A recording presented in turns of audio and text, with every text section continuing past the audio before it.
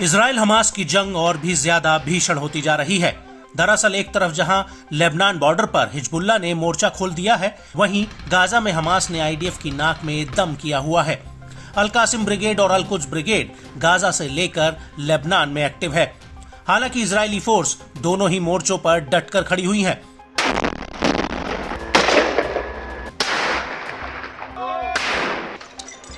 Gaza के भीतर Israeli सेना रफा और खान यूनिस शहर में लगातार भीतर घुसने की कोशिश कर रही है, लेकिन हमास के लड़ाके आईडीएफ पर ताबड़तोड़ हमले कर रहे हैं।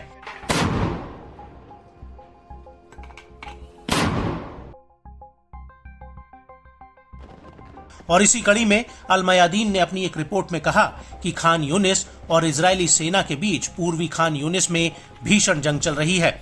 इसके अलावा जैतून से सटे इलाके अलसेका स्ट्रीट में भी कुछ ऐसा ही आलम है।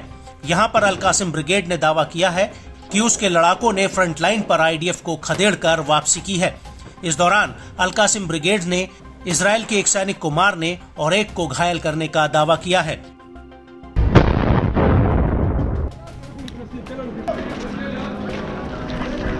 इसके अलावा अल कासिम ब्रिगेड के लड़ाकों ने इजरायली सेना के 4 मेरकावा टैंक और अल यासीन 105 टेंडेम आरपीजी से हमला किया है। अल कासिम ब्रिगेड का दावा है कि उसने ये हमला खान यूनिस के अल मशरोउ में किया है।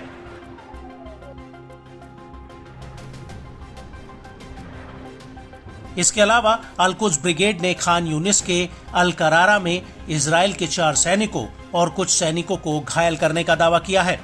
अल कुद्स का कहना है कि इजरायली सेना का एक बुलडोजर भी इलाके में घुसने की कोशिश कर रहा था, जिस पर आरपीजी रॉकेट लॉन्चर से हमला किया गया। इन हमलों के अलावा अल कुद्स ब्रिगेड ने कहा कि उसने जैतून में इजरायली सैनिकों के जमावड़े पर मोर्टार से गोले दागे हैं।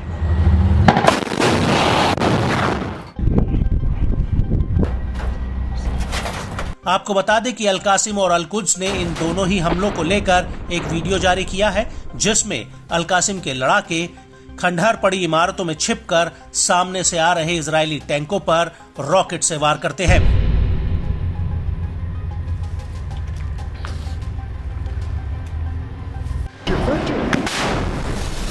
इसके अलावा वीडियो में आईडीएफ के 3 जवान दिख रहे हैं, जिस पर हमास के लड़ाके रॉकेट लॉन्चर से हमला करते हुए दिख रहे हैं। वीडियो में आगे देखने पर साफ दिख रहा है कि कैसे हमास के लड़ाके रॉकेट्स को इकट्ठा करे हुए हैं और फिर एक एक करके रॉकेटों को लॉन्चर में भरकर दागा जा रहा है। अल कुद्स ने इस हमले को लेकर एक बयान और एक वीडियो भी जारी किया है। अल कुद्स का कहना है कि उसने पूर्वी खान यूनिस में इजरायली सेना के एक क्वाडकॉप्टर ड्रोन को भी मार गिराया है, जो इलाके में खुफिया जानकारी इकट्ठा कर रहा था।